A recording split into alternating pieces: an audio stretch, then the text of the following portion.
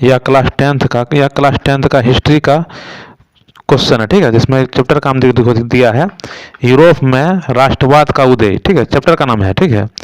तो देखो क्वेश्चन यहाँ दिया है, एक ऐसे राज्य या स्थान या समाज की कल्पना करना है जो इतना आदर्श हो कि, इधर जो नहीं दिखा पड़ रहा है यहाँ लिखा है, उसका वास्तव में सरकार न होना, सरकार वास्तव में संभव न हो, ठीक है, संभव न होगा तो क्या कहलाता है।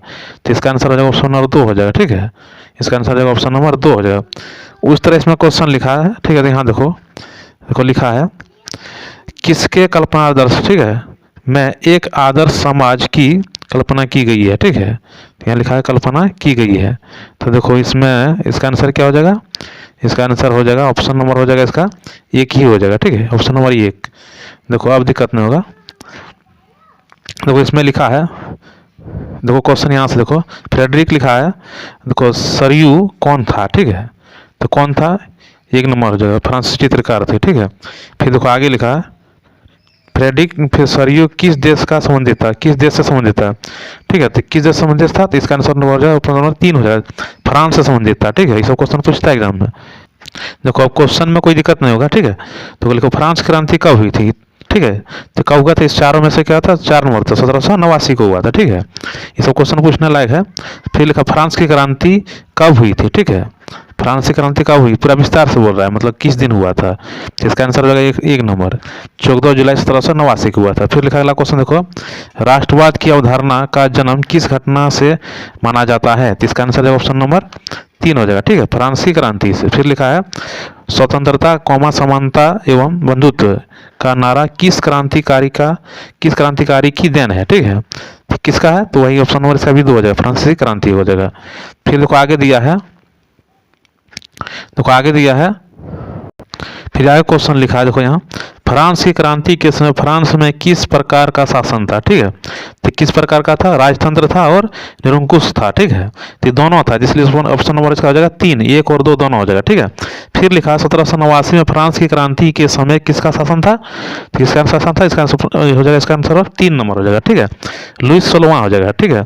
फिर देखो लिखा है, यहाँ देखो लिखा है केंद्रीकृत सैन्य बल पर आधारित दमनकारी राजशाही सरकारों को क्या कहा जाता था, तो इसका आंसर हो जाएगा ऑप्शन नंबर 3 हो जाएगा, ठीक है, क्या हो जाएगा, निरंकुश सरकार हो जाएगा।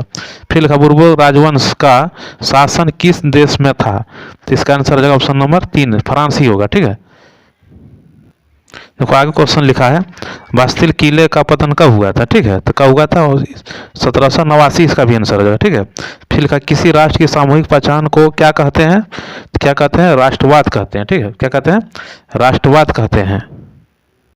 देखो आगे क्वेश्चन है नेपोलियन बोनापार्ट कौन था, तो कौन था, तो इसमें क्या होगा, 3 नंबर होगा, फ्रांस का सम्राट था, ठीक है।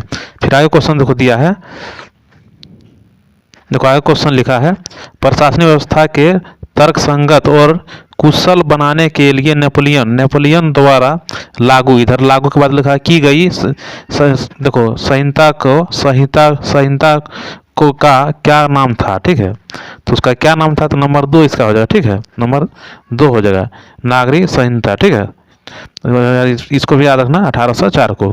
फिर देखा लिखा है आगे लिखा है फ्रांस में नेपोलियन की संहिता किस वर्ष लागू की गई थी, किस वर्ष लागू किया गया था, तो 1804 को। देखो यही वाला मिलता है 1804, यहाँ भी 1804 को लागू किया था, ठीक है, दोनों याद रखिएगा।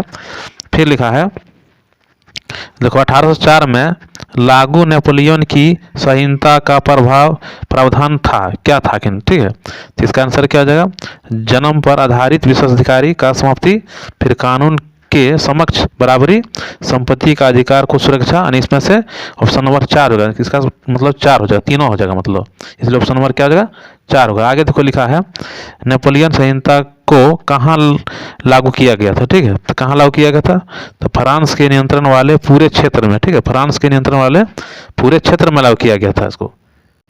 देखो आगे क्वेश्चन लिखा गया है फ्रांस में किनको मतदान का अधिकार नहीं था, तो किनको नहीं था, इसका आंसर हो जाएगा क्या, संपत्ति विहीन पुरुषों को और सभी महिलाओं को, ठीक है, यानी 1 और 2 दोनों होगा, इसलिए ऑप्शन नंबर क्या होगा, 3 होगा, 1 और 2 दोनों होगा, ठीक है।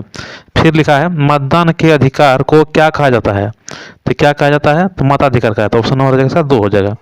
फिर देखो क्वेश्चन लिखा गया है, देखो ब्रिटेन, रूस, फ्रांस और ऑस्ट्रेलिया ऑस्ट्रिया जैसे यूरोपीय शक्तियों ने मिलकर नेपोलियन, यहाँ लिखो नेपोलियन, इधर जो नहीं दिखाई पड़ रहा है लिखा है नेपोलियन को कब हरा दिया गया था, ठीक है, तो कब हरा दिया गया था, 1815 को, ठीक है। फिर देखो लिखा है क्वेश्चन लिखा है, देखो यहाँ लिखा है क्वेश्चन लिखा है, देखो वीना संधि कब हुई थी, वीना संधि कब हुई थी, 1815 को हुआ था, ठीक है। फिर देखो आगे लिखा है वीना सम्मेलन का आयोजन किस वर्ष हुआ था, तो किस वर्ष हुआ था, 1815 को ही हुआ था, इसका भी आंसर 3 हो जाएगा, ठीक है। फिर 1815 में आयोजित वीना सम्मेलन की मेजबानी किसने की थी, ठीक है, किसने की थी, तो इसका आंसर हो जाएगा मेटरनिख ने किया था। ऑप्शन नंबर कितना हो जाएगा, 4 हो जाएगा, ठीक है, इसका 4 हो जाएगा। यह जो है यह भाग 1 रहा, ठीक है। इसके बाद ये लंबा चैप्टर थोड़ा है, ठीक है, इसमें तो एक चैप्टर में लंबा हो जाएगा, इसलिए भाग 2 में भी यही रहेगा यही, ठीक है। तो ये का ही भाग 1 ही है, ठीक है, इसको इतने में रहने देते हैं।